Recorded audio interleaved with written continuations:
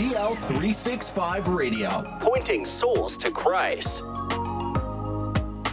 Ladies and gentlemen, here's what's going down. Here's what's going down. Here's what's going down, Daddy. We are GL365 Radio. Information. Music. If you don't know, now you know. Don't change that dial. GL365 Radio.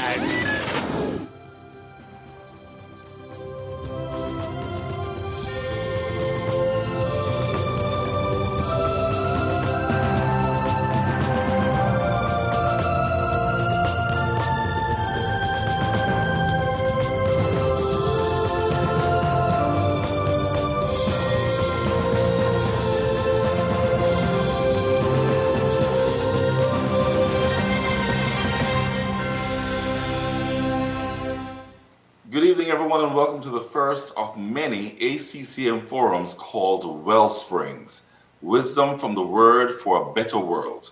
I am Bishop Herro Steve Blair, your host and moderator. Welcome this evening.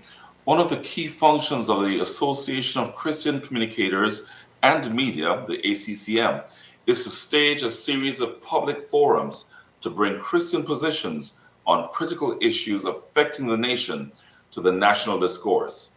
This is the first of the series. Crime and violence tops the list of major concerns of every Jamaican and the Church of Jesus Christ of Nazareth, as the purveyor of peace in the earth has a role to play in the communities. The ACCM hopes that this forum will not only serve to highlight that role, but will light a pathway to meaningful engagement, godly activation, and the required results. Against this background, we hope for the forum to explore and examine, 1, the contributors, social, economical, political, and spiritual, these contributors of crime at the community level. 2, the role of negative influencers, such as gangs. And 3, the role of the positive or good influencers, the church, home, school, etc. 4, the role of the church in promoting, supporting, and or reinforcing positive influence and influencers like the police and other youth clubs, use of sports and cultural or performing arts. And 5, the church as a promoter of peace and justice. To discuss the absence of justice, aka injustice, as a root cause of crime aggravated by poor conflict management skills. Our guests to help us do that today are Attorney at Law, Superintendent of Police Gladys Brown, former FBI agent Wilfred Rattigan, and transformational and controversial Spanish Town pastor Bishop Rowan Edwards. So for the next hour, stay with us as we look at this very significant, very troubling, and even vexing issue of crime in our communities.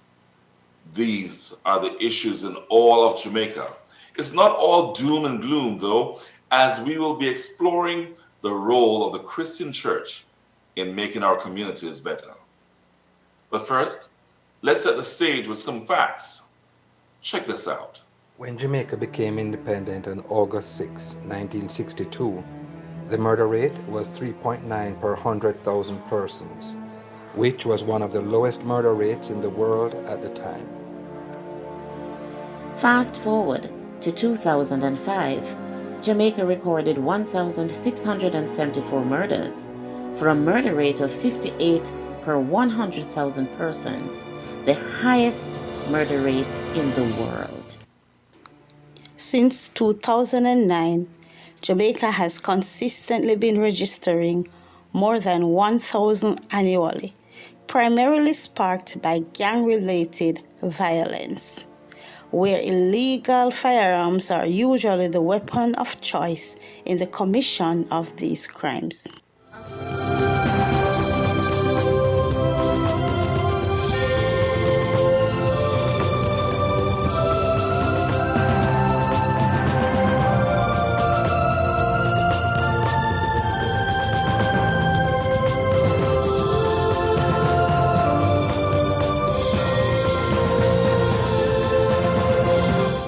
Here's something else for you to ponder on.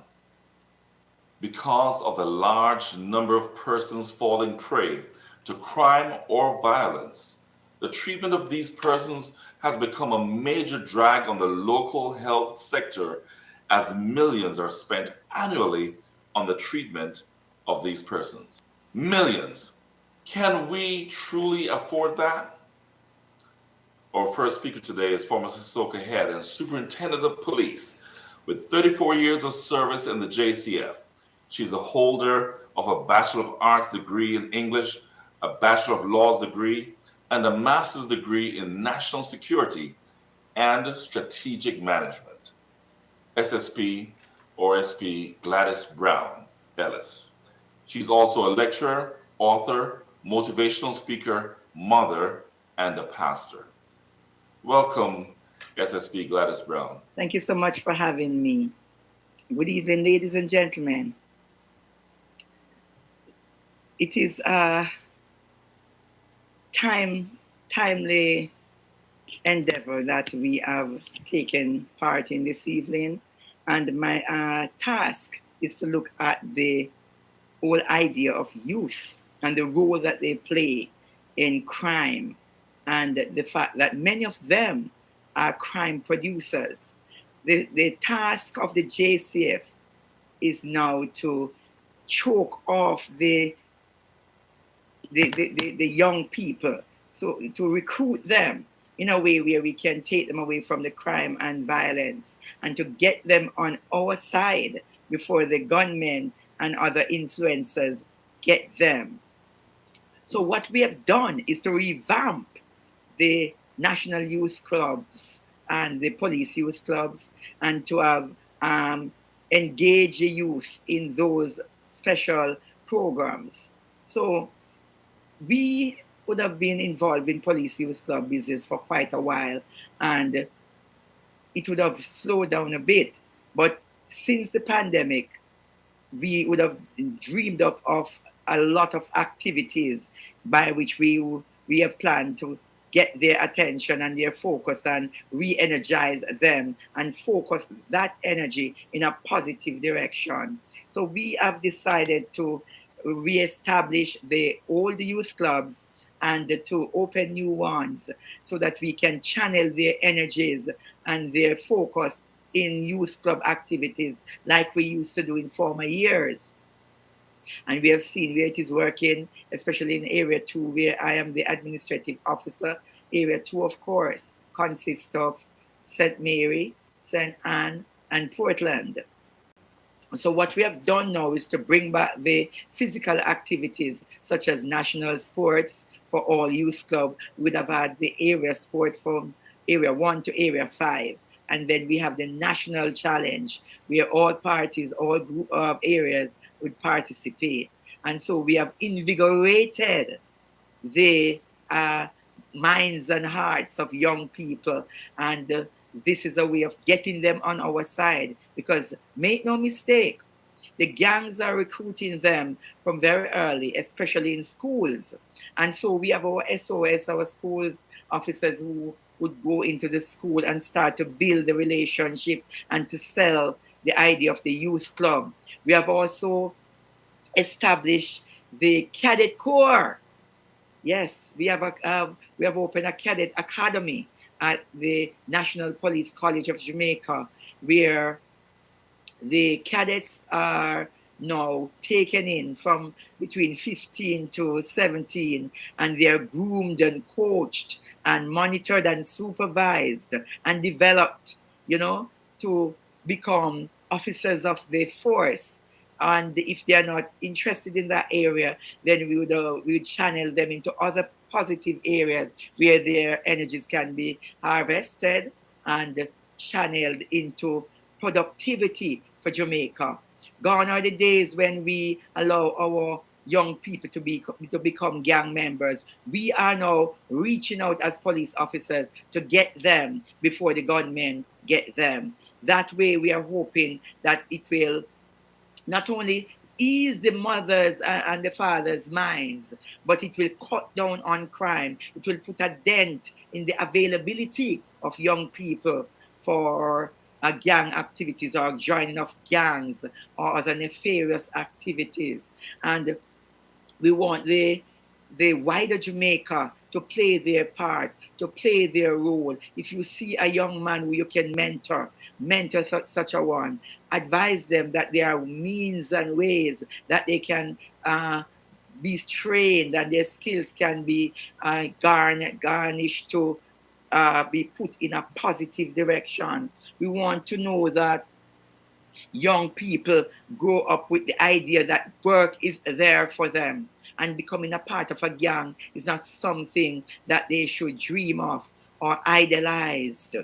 And so this evening, I believe that the role that the police is playing can assist. It's not just sending them to Sunday school, because when they go to Sunday school, there must be somebody there who will also channel them when they start to reach 16 and 17 and say, yes, we have done our part here in the church, and we want to put you in a cadet corps, put you in a setting where you can do your CXCs. Because even I teach law to the cadets at our National Police College, and they are grabbing onto the concept like, water and flour. It is a new concept in a sense that you don't doubt their ability, but what we have been doing is to show them that they have the ability to do anything they want to do, whether it is become a lawyer, a doctor, a police officer, a soldier, teacher, anything. So we give them the opportunity, especially if they did not do well in school, to get back into school and to do CXCs and to channel their minds in areas that they sometimes did not recognize that they have the ability to work in, such as the legal area. Yes? And so we believe that in another couple of years, we will have most of our young people in a meaningful way being channeled into the society in careers that they themselves may not have envisioned. The Jamaica Constabulary Force's aim and desire is to ensure that our boys in particular become meaningful members of society, contributors, persons who will assist us in cutting down crime and violence, in ensuring that gangs are brought to justice. And with the church, working closely with the police and the society, I am excited about the prospect, and I believe that we can conquer anything that comes as a challenge. Thank you very much for allowing me to speak. Thank you so much, SSP Gladys Brown Ellis. Of course, you touched on some very important topics, some very dear to my heart. The youth, especially getting to the youth before the gangs do, is extremely important. Also, channeling youth towards the police youth clubs, keeping them active with sports, the redevelopment of the cadet academy, and working with youth 15 to 17 years old, that very important age group. You've talked about getting the wider audience of Jamaica involved in mentoring, and that leads me to some questions that I would probably ask you later. But of course, some very important things that will definitely impact the youth of Jamaica. And we know that the youth are very highly involved in crime. Next up, the founder and host pastor of Lighthouse Assembly and general overseer of the Lighthouse Assembly Ministries, Bishop Rowan J. Edwards. This Popanishtown pastor is not only controversial, but creative in his thoughts and approach to fighting crime in the former capital of Jamaica. This has led many to see him as the chief architect behind many transforming social and spiritual activities there in Spanish Town. Many will also know him as the father of the accomplished and well-loved recording gospel artist. It's a great day, Jermaine Edwards. Welcome, Bishop Rowan Edwards. Thank you, Sir Steve. Now, every detective who will be looking at a crime first have to decide why this happened. If a house is burned down, the fire chief has to check the cause of that fire.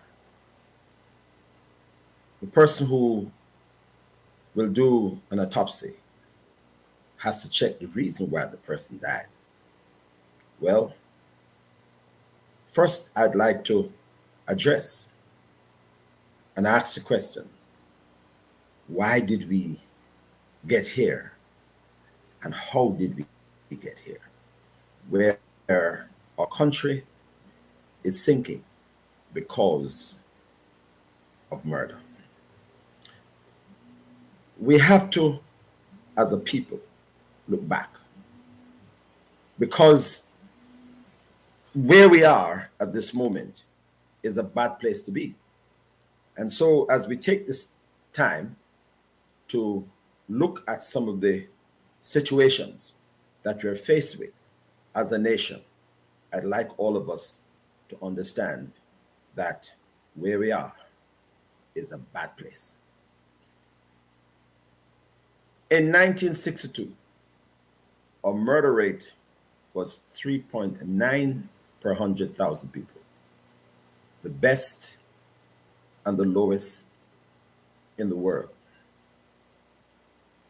By 2005, we got to 1,675 people, which represents 58% per 100,000, or 58 per 100,000, which represent 58 per 100,000. Ladies and gentlemen, why our murder rate is so high? We have to examine that. Where did this start? It started with our politicians. How do I know this? Because what happened in the 70s between the PNP and the GLP, the two major political parties, is what we're seeing as a result of what took place there. Of course, some of them already confessed that they gave guns to criminals to defend their turf and to make sure that they stay in power. Now, why this happened? The whole aspect of what took place then is really serious. If guns were given to gunmen in order to protect their power and to maintain power, it is serious. But you see, the men who the guns were given to became wise. They used the guns to do extortion. And when they started to do extortion, they found out that they're making more money than the politicians themselves. Now, I also want to say that because of the things that these politicians were doing, they create a divide. Garrisons are fighting against garrison communities right now. And remember, a couple years ago, the fight was between the PNP and the JLP. Green up against orange.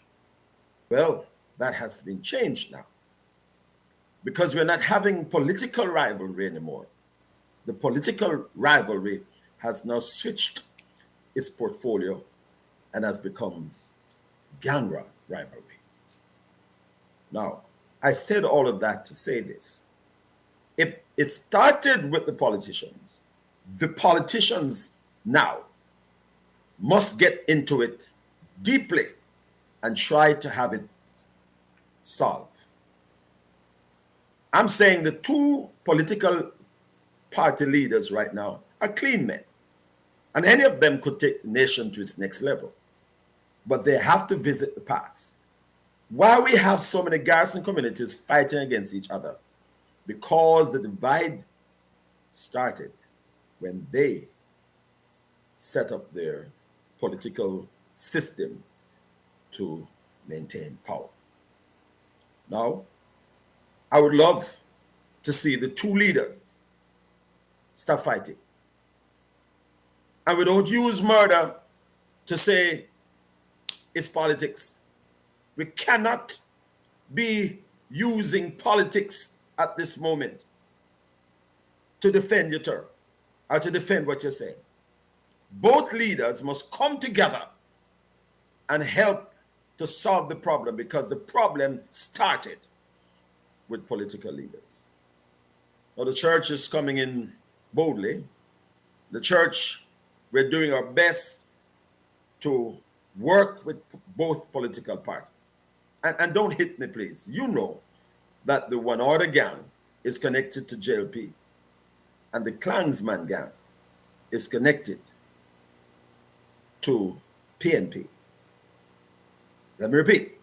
The One Order gang is connected to JLP, and the Klansman gang is connected to PNP.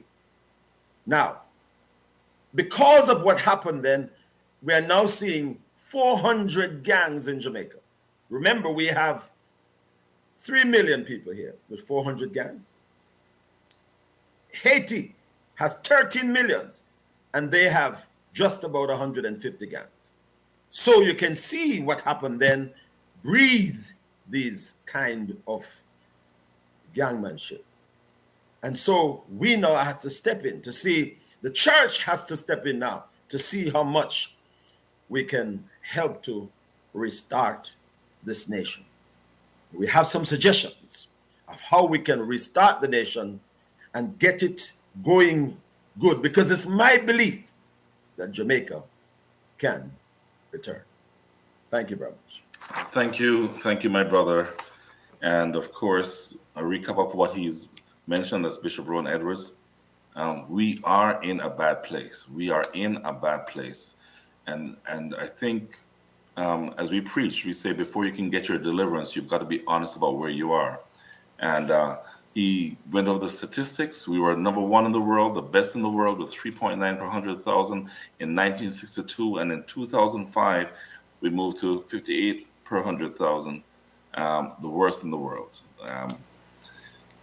Guns have been given to gunmen over the years, included by the politicians, and the crime wave was started by the politicians. And Bishop Edwards said that the politicians themselves must now come out and be the motivators to the end of the crime wave.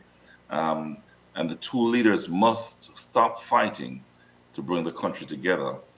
He mentioned the two gangs, the two major gangs, the One Order and the Klansman gang, belonging to political parties, and that there are over 400 gangs in Jamaica, 400 gangs in Jamaica.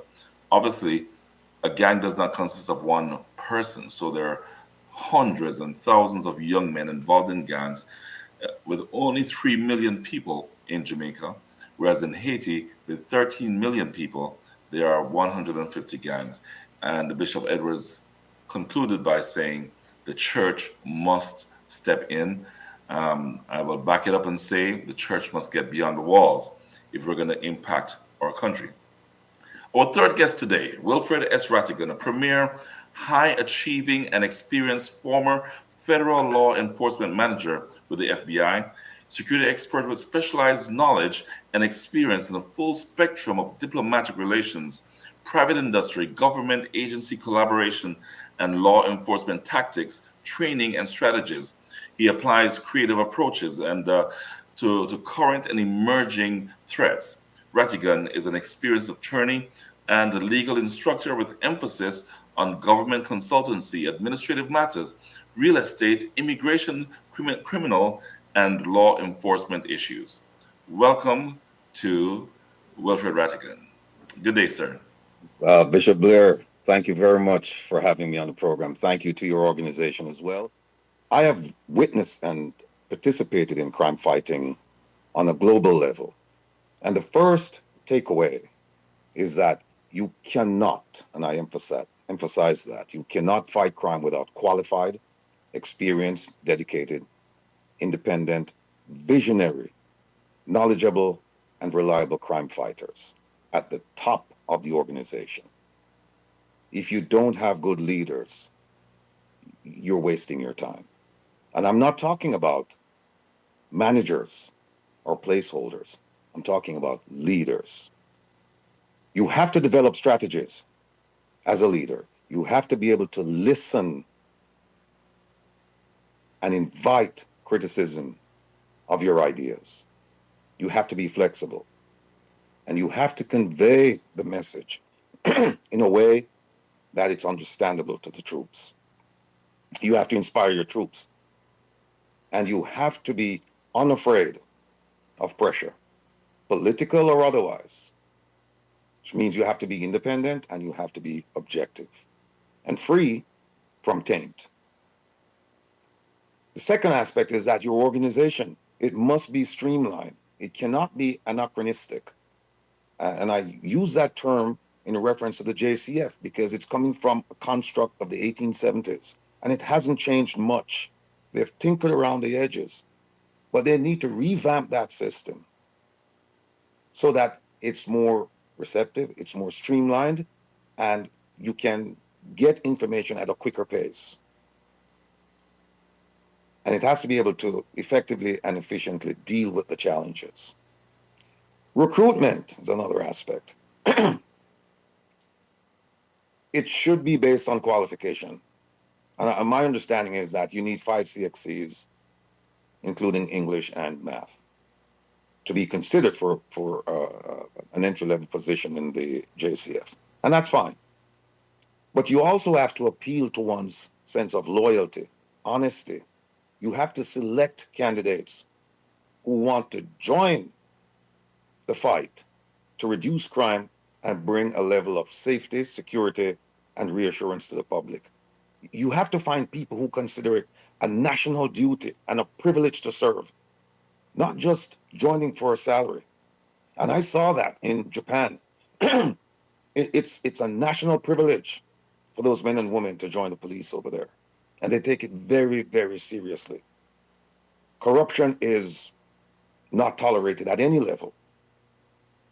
And I could go on and give you more examples, but let me move to the next point. Resources. You have to give the police resources. Recently, we learned a few weeks ago that the JCF, the Ministry of National Security, was given 92 billion Jamaican dollars for maintenance and so on regarding the JCF and other agencies. And as of 2 weeks ago, they had spent 17.5%. I have actually spoken to the Police Federation, and they tell me that they don't have enough bulletproof vests, helmets, body cams, pepper sprays, collapsible baton, but cars, vehicles, and good working conditions. There are a few other things weapons. Sometimes they have to sign in a weapon. The government doesn't issue them weapons, all of them. So some of them, they come to work without a weapon. They have to sign that weapon out. And when the shift is over, they sign it back in. And then They go home defenseless. And some of these men and women, they live in high risk communities. So you can just imagine the dangers they face. So resources, you have to give the resources. Training. I mean, that's one of the things that the FBI, it lives and it dies by training. They train you to death. There's a plethora of training. There's no shortage because they're making sure that you're equipped to go out and do the job. Remuneration.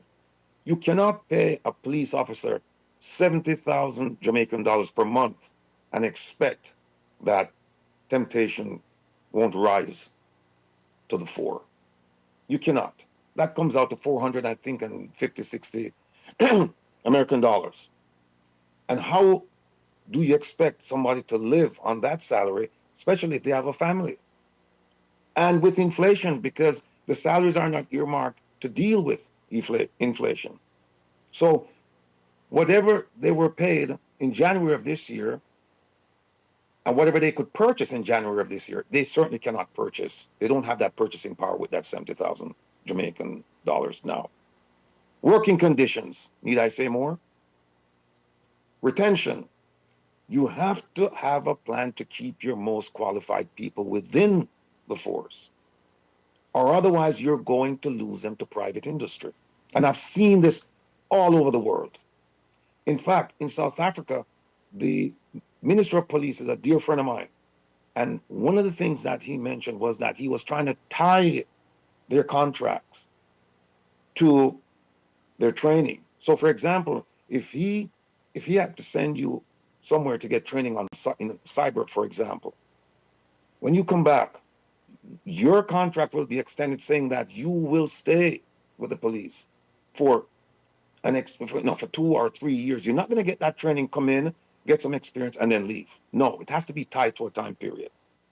A crime plan, very, very important. You have to have a crime plan. That's one of the things that the police, they're telling me in Jamaica, they don't have. But they do have the crime plan. The crime plan cascaded from the National Security Plan into something called Plan Secure Jamaica. Now, crime has taken on a transnational nature and is increasing at an alarming rate. Gone are the days when you could only commit a crime by having a physical presence in the country. Now you can stay in one country and you can commit a crime in another country.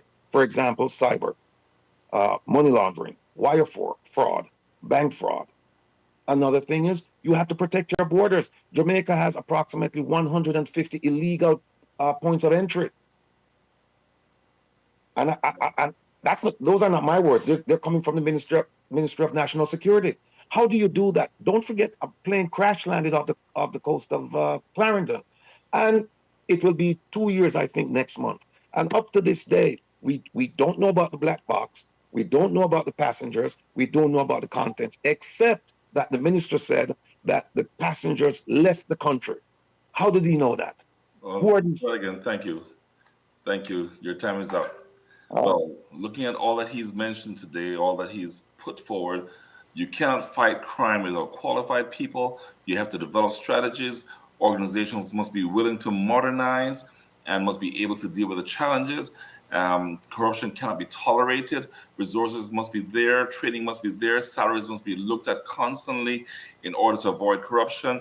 The working conditions must be constantly updated. Retention of staff is important, and there must be a crime plan. That's why we have this program today, looking at how we're going to solve the problem in Jamaica, especially from the church's point of view. Thank God. This is the ACCM's Wellsprings, and we'll be right back right here with you.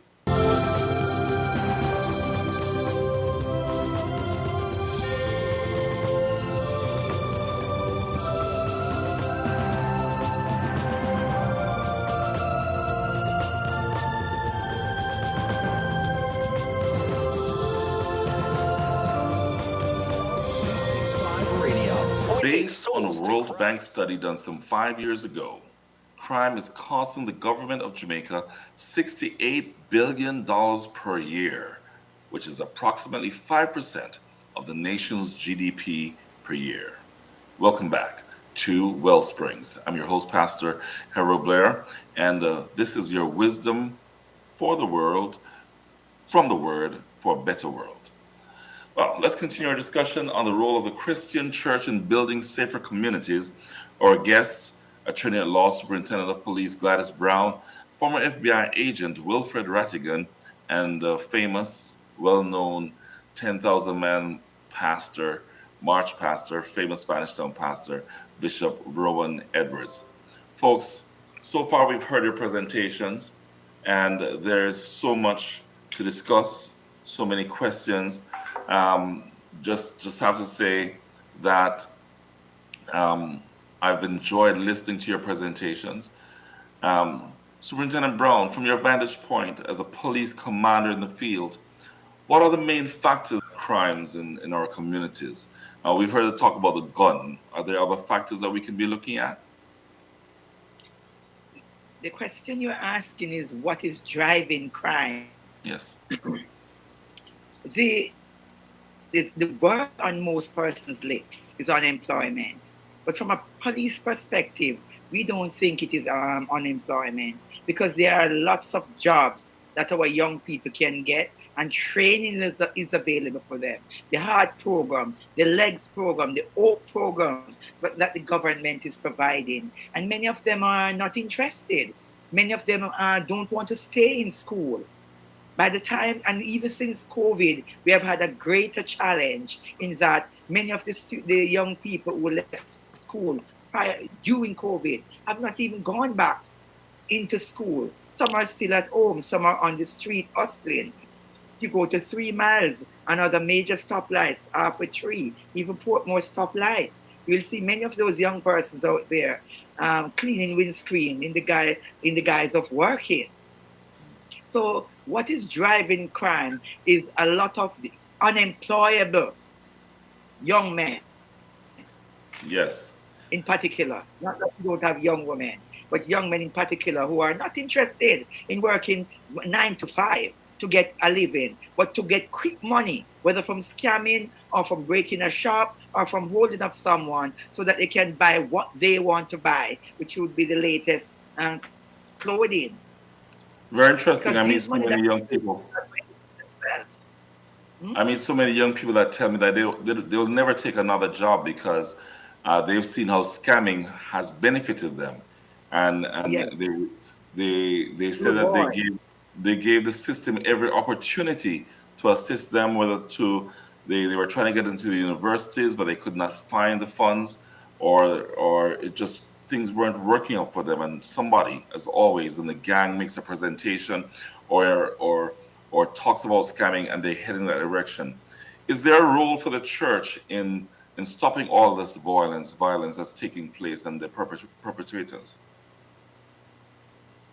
For you, SSP. Yes, there is.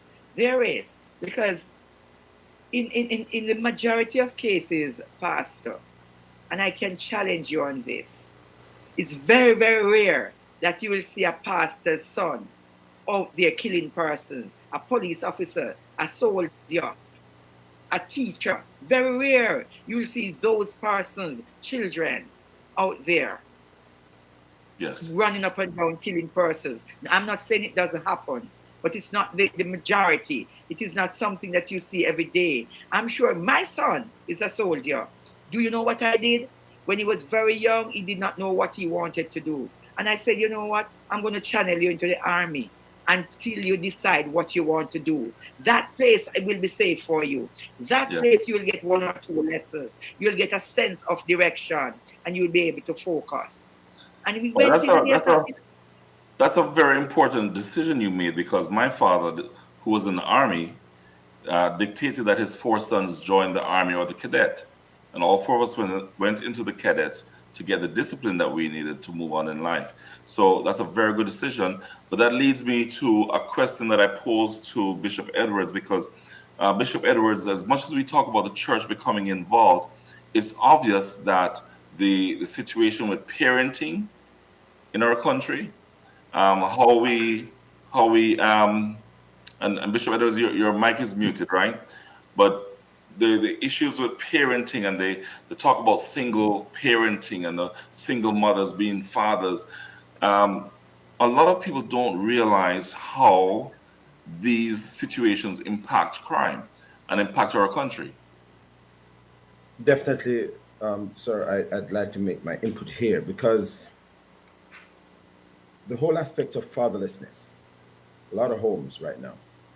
A study was done by the University of the West Indies that they found out that in Jamaica, roughly 70% of our homes are without fathers.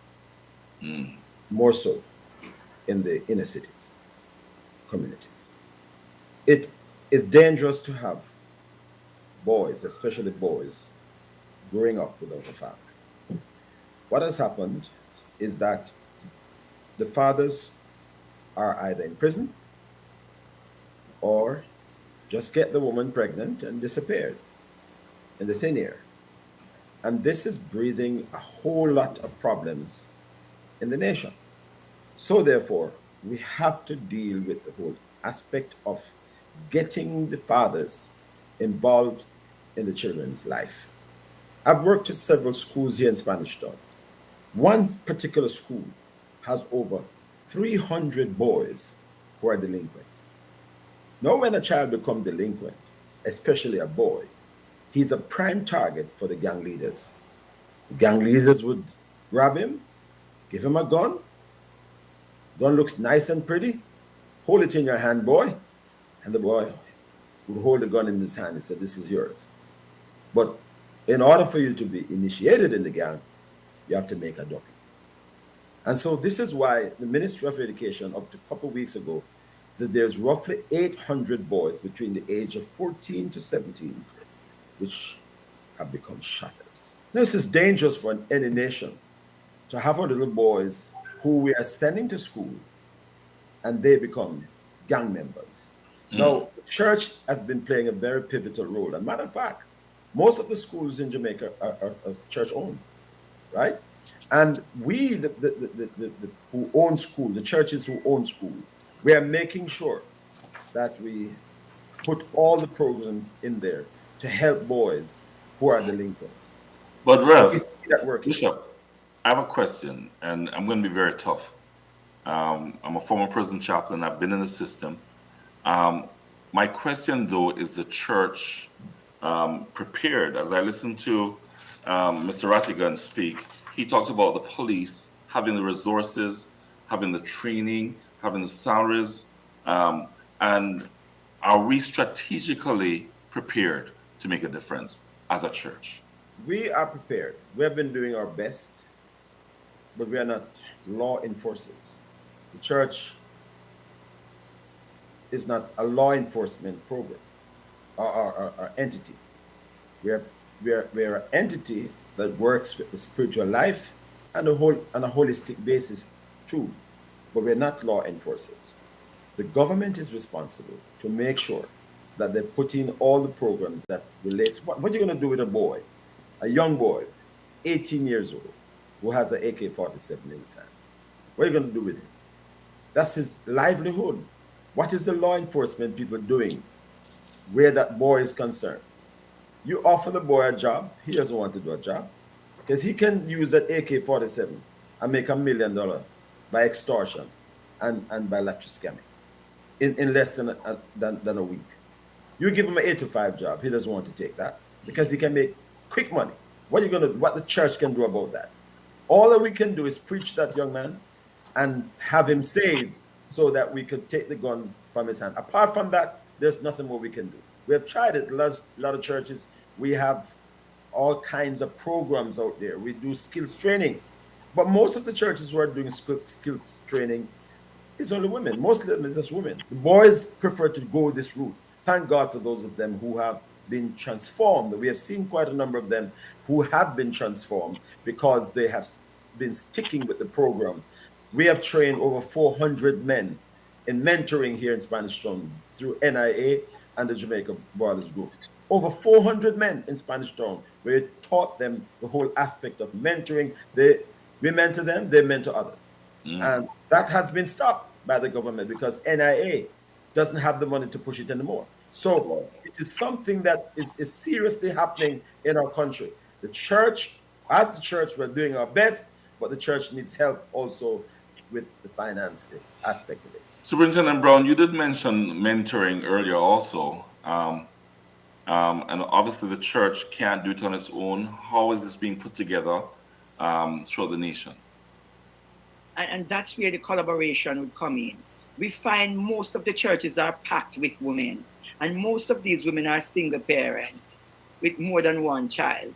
And so this is where the unity and the working together should come in, where the pastors can say to the mothers, if you have your young children, we are not telling you to turn them into policemen or policewomen, but they can get them into the cadet corps, because the cadet corps now, or the cadet, is where you groom them to make them worthwhile citizens. They may not want to stay in the police force, good. They may not want to go in the army, good. But they would by then have somewhere that they would have seen or be suitable for, where we can recommend, say, all right, we're going to channel you into this.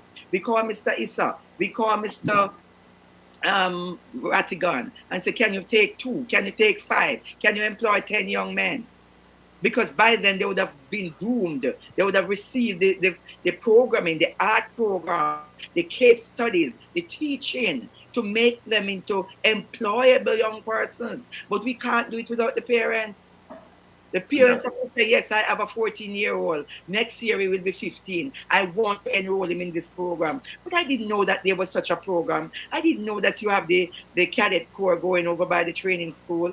Oh, but should that be something mandatory? I don't know. I mean, I'm seeing so many young men on the roadside with nothing to do. Get to the parents. I mean, we're spending $68 billion a year. Could some of that money be transferred to become a preventative measure rather than a reactive measure to get these guys into a mandatory program? We have to tap into these young people from their 14, 15 and get to the parents too. In most cases, the fathers are not there, but the women are there, and they will want a better life for their children than they got or the fathers got. And so I'm saying it is important that we get to the parents from the child, especially the boys, are 13, 14, and plan ahead for them. Are we going to take them into the cadet corps or training school, send them to the O program, get them into the early cadet corps in the army? Because we have the cadet corps everywhere. Wow. But a lot of Jamaicans don't know about it. So we need to do some PR. And get parents, when you go to parents' school, parents-teacher meeting, let us advertise these things. Let them know that it is up and running and that we are willing to put in some money. We may not be able to take more than 50, but it is 50 less young men than the gunmen will get. Let me bring in Mr. Rattigan here. Mr. Rattigan, welcome once again. You know, the talk is $68 billion being spent for the crime situation in Jamaica. How can local law enforcement and community influences like the church counter and neutralize the effects of the international crime syndicates and those here in Jamaica? Well, Bishop Blair, thank you for having me again. And let me start by saying that Bishop Edwards made a very good point, and I applaud him for his efforts and what he's doing, and I will pray that he will be successful or continue to enjoy the success that he's enjoying. We need more people like him. But let me segue and say this. In Jamaica, there is a sizable number of churches that preach the prosperity doctrine. The government is preaching the prosperity doctrine, but the people are not prospering. When you have a minimum wage of 9,000 Jamaican dollars per week, it comes out to, I think, $60 per week, which is $12 a day. And that person has to feed a family, transportation costs, food costs, schools, all that. You're sending them in a different direction. Now, the church, and I've watched it carefully over the years, they have something called prayer breakfast. And I've often wondered, I've never seen any statistics as to what became of these prayer breakfasts, what impact did they make on crime. The other thing is that the church was responsible for this document, a document called the Consensus on Crime, which came out in 2000. It was signed by the Prime Minister, leader of the opposition, Jamaica Chamber of Commerce, PSOJ, Jamaica Council of Churches, as well as the Jamaica Umbrella Group of Churches, Reverend Dr. Peace Garth and Reverend Newton Dixon. Now, this document is as close as Jamaica will come now to a crime plan because it lays out what needs to be done to address the crime issue. And in addition to that, it has timelines. But you go ahead and you read this. The timelines haven't been met in most instances. They haven't been met. And so my question is, where are the churches in this? Why aren't they pressuring the politicians saying, look, we have a social contract. There's a social contract called the Consensus on Crime between the government and the society. And you guys have failed us on this. You need to do better. I haven't seen anything. And so the idea that you're going to have a reduction in crime because of a document is, to me, it's not going to work. Also, if you look at the pass rate for CXCs over the last 6 years or so, I mean, the students who took the exam, the number I think is over 100,000. And of the 100,000 plus, only 40-something thousand passed 5 or more subjects.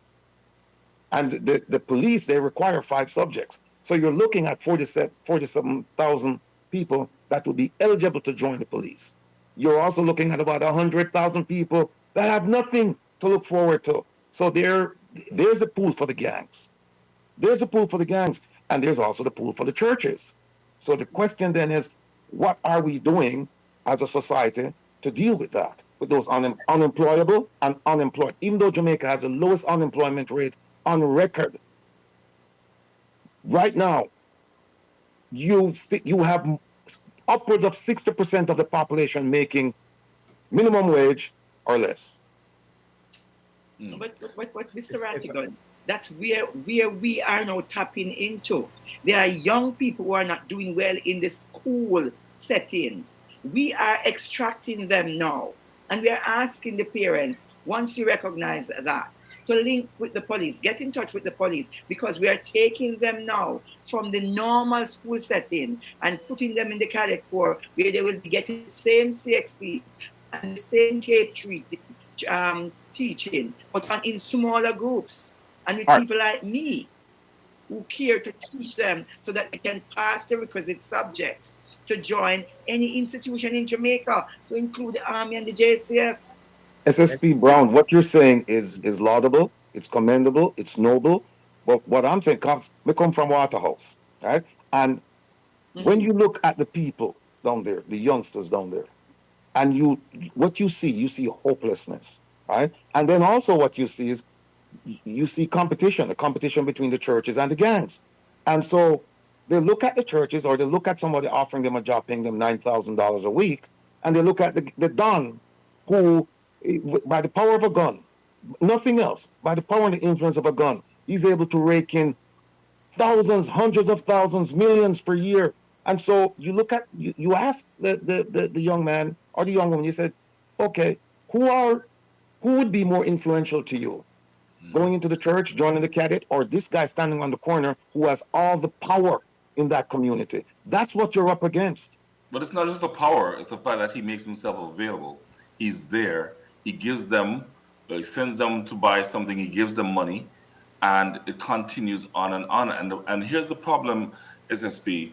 The problem is we have the plans in place, but we've not spent the money to market these plans. And I've been saying the same thing about the Vision 2030. But I would say this to each of you, that recently, about 2 weeks ago, that the PIOJ put on a community engagement seminar with churches. And we really want to see not just the churches, but all the people in the plan you just mentioned coming together to make things work. Quick question for you, Mr. Rattigan, before I throw out a quick question, 30 seconds each. You once applied or considered the job of police commissioner yourself. What advice would you give to the present commissioner? And also, what are some of the suggestions that you would have in terms of the problems that we face? Okay, I applied for the position of police commissioner 3 times. Twice because the Jamaican government asked me to, by way of the High Commission in South Africa. I was in charge of the FBI office in South Africa at the time. And the third time, the Woodman's Boys, sixth form, they asked me to do it.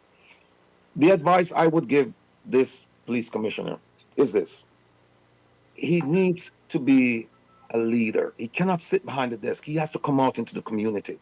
He has to explain what his role, his responsibilities, and include the community. He has to have buy-in from the community to say, listen, this is what we're trying to do, and this is how you fit into this. He has to have an intelligence capability. They've mentioned that, but believe me, they don't. They need a fusion center. They need a center where they can collate all of that information coming in from every single government agency. And I know this because I've run a fusion center in New York. I've run a fusion center in Mississippi. I've run a fusion center overseas. Very, very effective. It should be less talking and more action. And you have to provide the police with the resources. Yes. If you don't provide them with the resources, then we're going nowhere. And one of the key things in this consensus on crime was that they said, look, we're understaffed, and we're going to beef up the force to 14,000 in 2021. We're in 2022 and we're still at 12,000. So there's a lot of work to be done. And I've offered myself to help in any capacity, free of charge, because I'm from Jamaica and I'd love to see Jamaica get back to where it was back in the 60s that Bishop Edwards mentioned. And I'm not giving up. I think we can still go there. We just need to be more effective and more effective. We can't give up. I'm going to give the other two guests maybe 30, 35 seconds each as we get ready to close. I'll start with you, SSP Brown. Just your wrap on our discussion today, and where do we go from here? You have 30 seconds. I love what I'm hearing, and I believe that with the various entities and the representatives who are on the platform this afternoon coming together, we can do something. We can get a hold on the young people who are getting involved in gangs. But what we have to do, we have to get the parents involved, especially the mothers, because the boys don't respect their fathers. They're not there. And even if they are there, they are not somebody who most of these young men will respect. They themselves sometimes are involved in crime. So if we can get these mothers on board from we realize that they reach 12 and 13 to start harvest the boy's energy, harvest his mind and focus him in a particular direction. There must be a way we can break back of crime in another 5 years. Thank you, Mr. Edwards. Yes, I must commend SSP Brown for her contribution to this program this evening. Because you talk about cadets that have been trained. We are running a program now across the nation called Night of Hope, where we're Night of Hope, where we are historic Night of Hope. We just did it in Spanish Town. We did one in Portmore. So we're going across the nation. And what has happened, the Ministry of Education, they send out their cadets, hundreds of them, on display. They said they have never had the opportunity to come together, and so they have been doing this. When you see these boys, 90% of the cadets are boys, and it's so beautiful to see the boys coming out. That's the department I head under the 10,000 Men and Families movement. So we had it in Portmore, we're heading to Linstead, then we're going to Guysville, then we're going to Clarendon. So what is happening now is that we need to see the churches more involved in getting cadets on board. We're doing this in Spanish Town, where we put out our cadets from De La Vega City. It's such a fun, a joy to see these boys marching. They look so elite and ready for something big. So I want to thank you, Sir Rattigan, for the offer you made, to the government. Bring people on board who can help to take down this crime monster. We believe that it can be tamed. And I hate to see politicians up there now acting like though they were not a part of the problem. You were a part of the problem. You must have to solve it. Stop playing football with people's life. Don't play politics with people's life. Please, both of you men, try to get together and help to solve the problem of murder in this country. Thank you very much, Wilfred Rattigan, SSP Gladys Brown Ellis, and of course, Bishop Rowan Edwards. A wonderful program. Yes, we work towards solving the crime problem.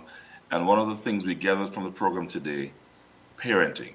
Parenting and conflict resolution and indiscipline and corruption must be dealt with. If we can get the parents to learn how to deal with their children, if we can rebuild the nuclear family, then we will see a big difference. As we end the program, I'll leave you with this fact.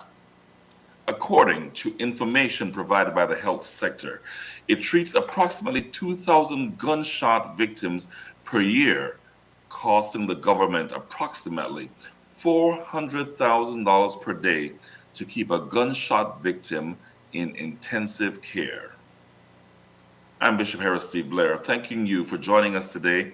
Our guests, Bishop Rowan Edwards, Superintendent Gladys Brown, and Wilfred Rattigan. On behalf of all of us, including the executive of the ACCM, good night.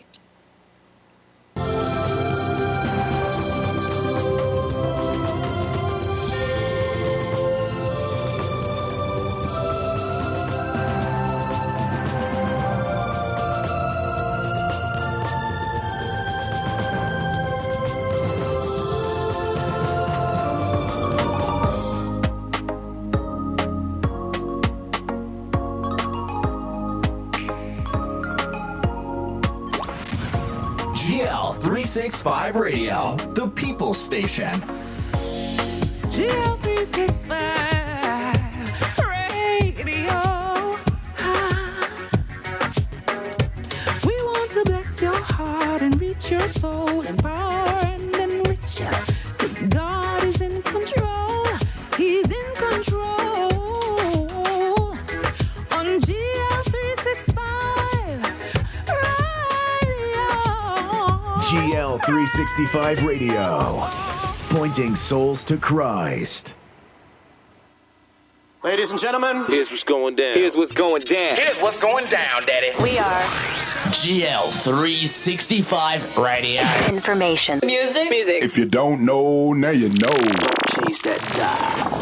GL365 Radio.